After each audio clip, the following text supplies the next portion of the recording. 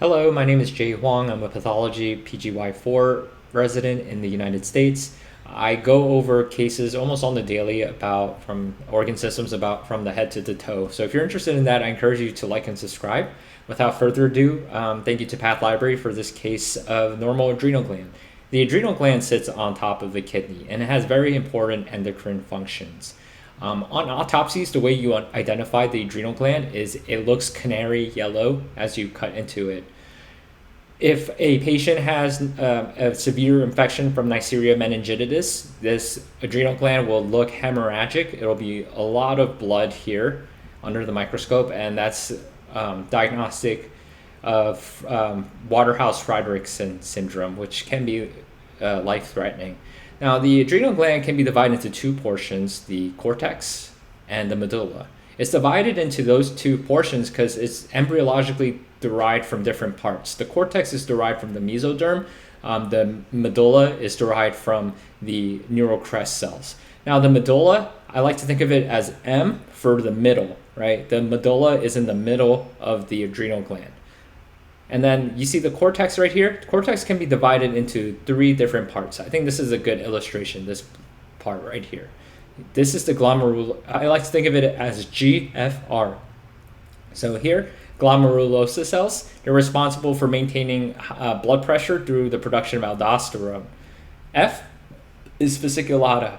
They are responsible for producing glucocorticoids. And R is these pink cells with lipofuscin. They're responsible for producing sex hormones like DHEA. The phrase is the deeper it gets, the sweeter it gets. So salt, sugar, sex.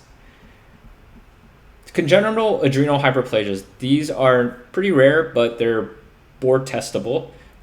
So the common one is 21 hydroxylase deficiency, and that is deficiency in 21 hydroxylase. So your GF cells, glomerulosa and fasciculata cells, can't produce aldosterone and glucocorticoids. So you'll have hypotension, and you won't gain any. You'll lose. You won't be able to keep weight, right? You'll be underdeveloped with lack of glucocorticoids and low blood pressure from lack of aldosterone. But your reticularis cells will keep on producing sex hormones. It'll be shunted to produce the sex hormones. And so if you're a girl, you can have clitoromegaly. If you're a guy, you can have early onset puberty.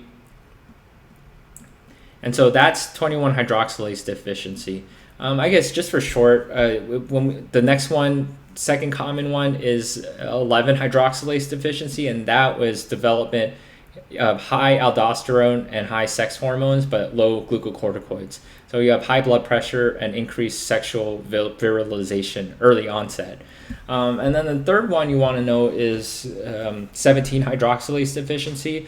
So that is high aldosterone, high glucocorticoids, but no sex hormone production. So if you're born a boy, you will have either a micropenis or just won't develop male sexual secondary organs externally. And although karyotypically you'll be XY. So, okay, now the medulla, these are neurocrest derived, and if this becomes cancerous, then it's called the pheochromocytoma. Pheochromocytoma is analogous to a paraganglioma. The only difference is pheochromocytoma is in the adrenal gland, right? And these are responsible for our fight and flight response with the secretion of epinephrine and norepinephrine. So I hope that was helpful in explaining the